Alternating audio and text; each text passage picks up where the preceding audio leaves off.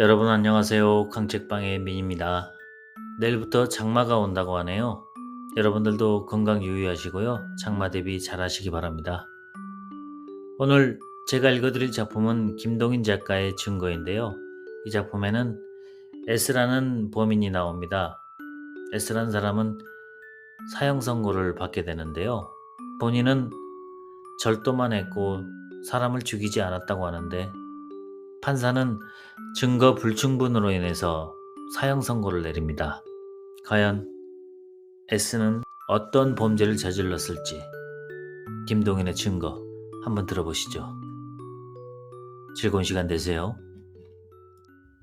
증거 김동인 피고는 사실을 부인하였다. 그것은 복심 법원이었다. 사건은 살인이었다. 어떤 사람이 교회의 딴 곳에서 참사를 당하였다. 흉기는 날카로운 칼로서 그 칼은 범행의 현장 부근에서 발견되었다. 그 피해자는 교회에 사는 사람으로서 짐작컨대 밤늦게 돌아가다가 그런 변을 당한 듯하였다. 피해자에게서는 시계와 돈지갑이 없어졌다. 반지도 끼었던 자리는 있는데 현품은 없었다. 그 피의자로 잡힌 것이 S였다. S의 집에서 피해자의 돈지갑과 시계와 반지가 발견되었다. 더구나 강도 전과, 협박 전과 등등 몇 가지의 전과는 그의 범행을 이면으로 증명하는 증거까지 되었다. 그리하여 피고는 제1심에서 사형 선고를 받고 공소하여 여기까지 온 것이었다. 1심에서부터 피고는 꾸준히 범행을 부인하였다. 자기는 그날 밤 우연히 그곳을 지나다가 웬 참살당한 사람이 있는 것을 보고 달빛에 그 가슴에 금시계줄이 번쩍이는데 욕심이 나서 그것을 떼었으며 그러는 가운데 욕심이 더욱 나서 몸을 뒤진 결과 돈지갑과 반지를 얻었다. 이것이 피고의 변명이었다. 그러나 이 변명은 아무도 믿지를 않았다. 더욱 그의 이전의 거친 생활은 듣는 이로 하여금 그의 말을 더 불신하게 하였다. 검사의 요구로서 몇 사람의 증인도 불렸다. 한 사람은 어떤 카페의 여급이었다.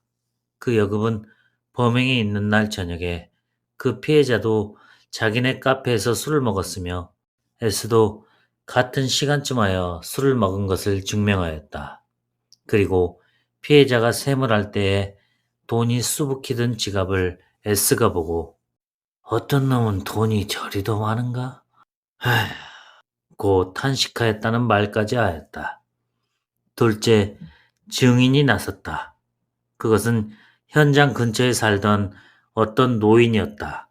그 노인은 그날 밤 잠이 오지 않아서 밤이 깊도록 문 밖에 나와 앉아서 밝은 달을 우러러보며 자기의 젊었을 때의 추억에 정신을 잠그고 있었다. 새벽 3시쯤 하여 그 노인은 제 앞으로 사람이 지나가는 소리에 펄떡 정신을 차렸다. 그때 지나가던 사람은 무엇에 정신을 잃은 듯이 허든허든 앞만 바라보면서 저편으로 가버렸다. 그 사람이 분명 S라 하였다. 의사의 검증에 의지하건대 범행은 3시 전후하여 생긴 것이었다. 이리하여 S에 대한 불리한 증거는 두세 가지가 나타났다. 그러나 유리한 증거는 없었다.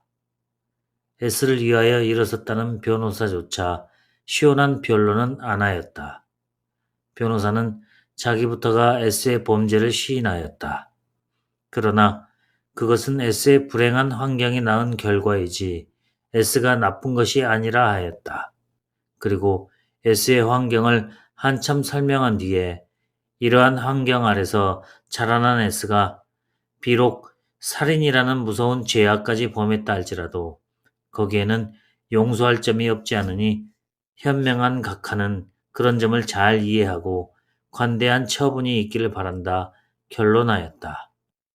검사의 논박은 물론 극단의 것이었다. 검사는 S가 아직껏 범한 모든 죄악을 차례로 엮어내리고 이러한 상습적 범죄자, 더구나 마지막에는 살인까지 한 범죄자를 그냥 살려둔다는 것은 양의 무리 가운데 이리를 섞어둔과 마찬가지이니 법의 목적이 선량한 인민을 보호하는 데 있는 이상에는 이러한 무서운 사람을 사회에 그냥 살려둘 수는 없다. 따라서 원 판결의 사형이 지극히 적당하니 공소를 기각해달라 하였다. 재판장 아이씨는 묵묵히 그것을 들은 뒤에 다시 피고에게 향하여 변명할 말이 없느냐 물었다. 피고는 다시 자기의 무죄함을 역설할 뿐이었다. 죄가 있다면 횡령이나 절도이지 살인 강도는 아니라 하였다. 공판은 이리하여 끝이 났다. 그것은 재작년 어떤 몹시도 달밝은 가을 저녁이었다. 30년을 동고동락하던 사랑하는 부인을 얼마 전에 잃고 쓸쓸하고 애끄름에 참지 못하여 아이씨는 밤에는 늘 교회에 산보를 다니는 것이 어느덧 버릇이 되어 있었다. 더구나 이런 달밝은 밤은 그로 하여금 더욱 집에 들어밖에 있지를 못하게 하였다. 아이씨는 교회에 산보를 나갔다. 피곤하고 쓸쓸한 다리를 이리저리 끌고 다니던 아이씨는 어떤 솔밭까지 이르러서 거기서 잠시 몸을 쉬려 하였다. 잠시 쉬려던 아이씨는 좀채 일어서지 않았다. 그 자리에 주저앉으면서 묵상에 잠긴 아이씨는 다시 일어서기를 잊어버린 것이다. 이곳저곳으로 윗 관청의 명령 한마디에 떠나다니지 않을 수 없는 불안정한 하급관리 생활의 몇 해. 그때의 많고 많은 고생이며 어려움을 한마디에 쓰단 말 없이 참고 지낸 부인. 현숙하고도 온순하던 부인. 아이씨의 일생을 통하여 수없이 만난 많은 곤란 앞에 잘못하면 아이씨가 거꾸러지려 할 때마다 뒤에 숨어서 그를 격려하던 부인. 아이씨가 오늘날 겨우 얻은 복심법원 수석 판사란 지위의 뒤에는 부인의 쓰리고 아픈 참을성이 얼마나 많이 섞여 있는지 알 수 없었다.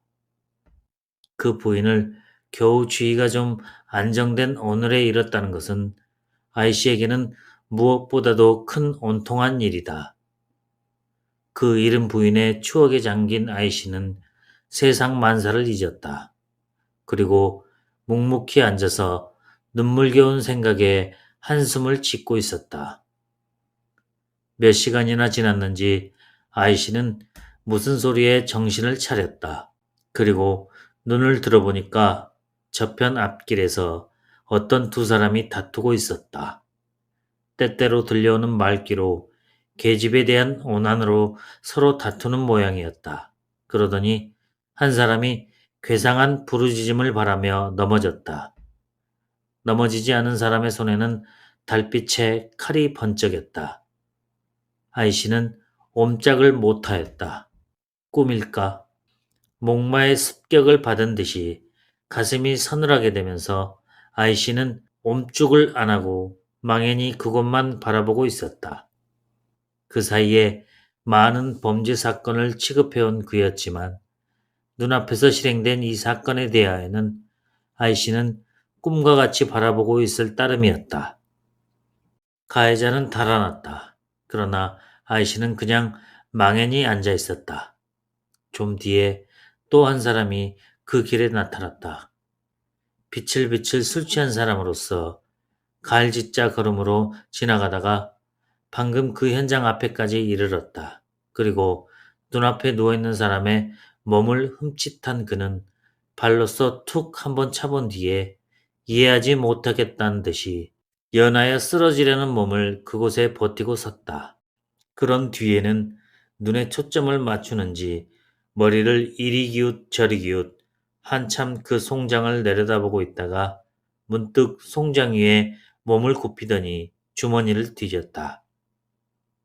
그리고 몇 가지의 물건을 얻어내서 제 주머니에 집어넣은 뒤에 그제야 겁이 났던지 뒤도 돌아보지 않고 시가 쪽을 향하여 달아나 버렸다. 이리하여 법률의 대행인인 아이씨의 눈앞에서 한 가지의 살인사건과 한 가지의 절도사건이 생겨난 것이었다.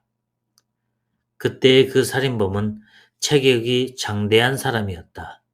그런데 범인으로 잡힌 S는 단단하게는 생겼지만 키가 작았다.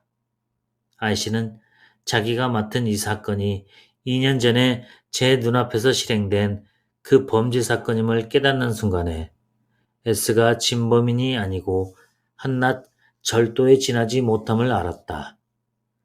S의 공술이 사실임을 인정하였다. 그러나 그 사실을 남에게 인정시킬 만한 증거가 하나도 없었다.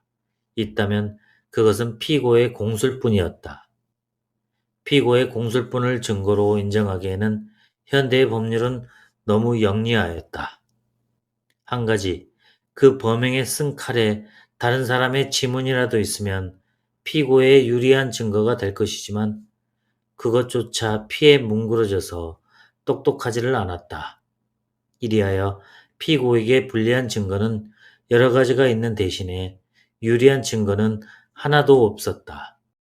아닌 밤중에 뭘 하러 교회에 나갔더나 하는 질문에도 피고는 우물쭈물 잘 대답하지 않았다. 그리고 몇 번을 질문을 받은 후에 겨우 그 피해자에게 돈이 많이 있는 것을 보고 강도를 할 목적으로 피해자의 집으로 가려던 것을 자백하여 자기의 입장을 더욱 불리하게 하였다.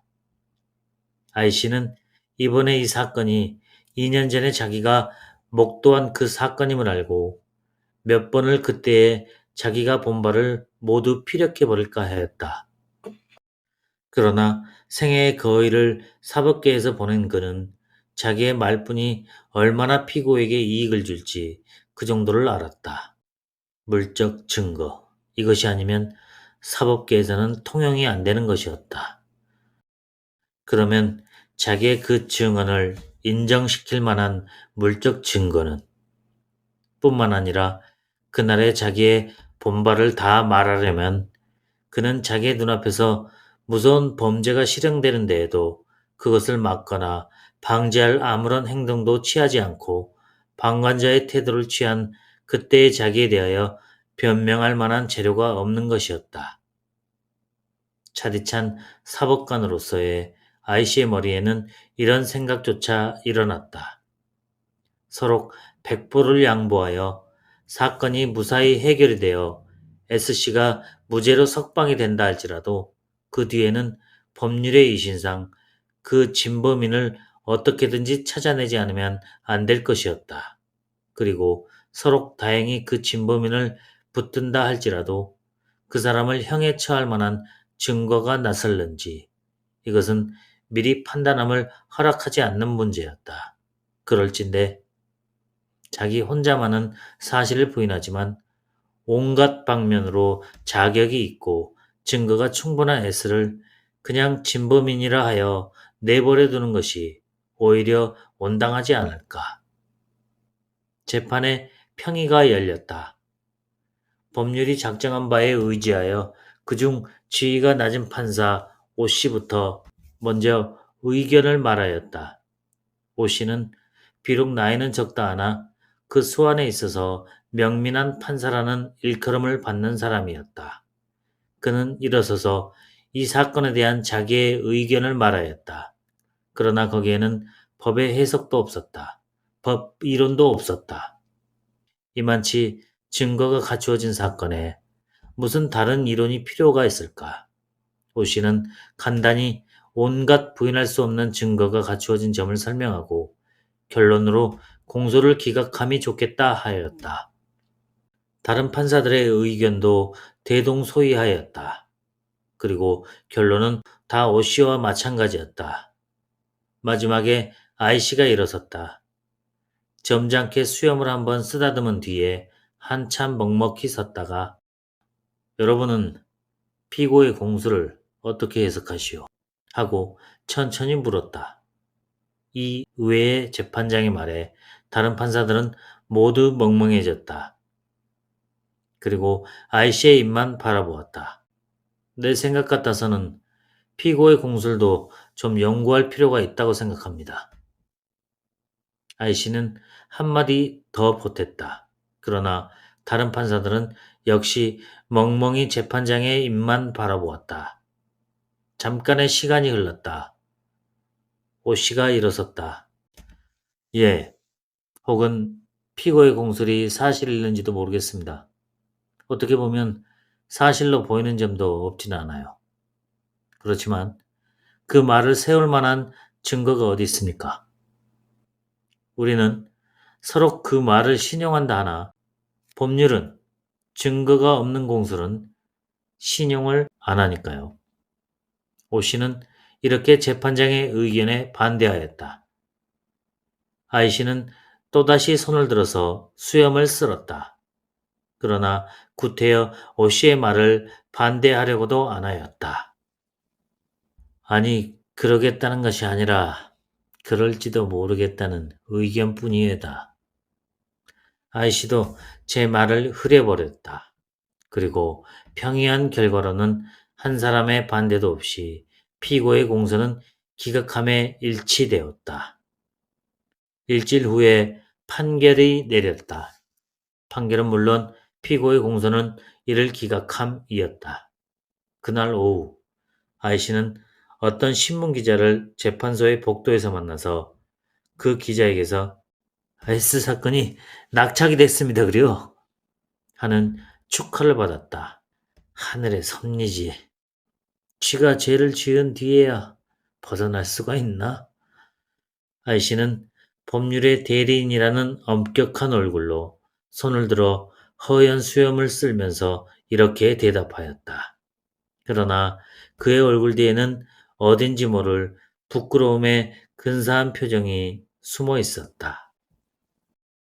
지금까지 김동인의 증거였습니다.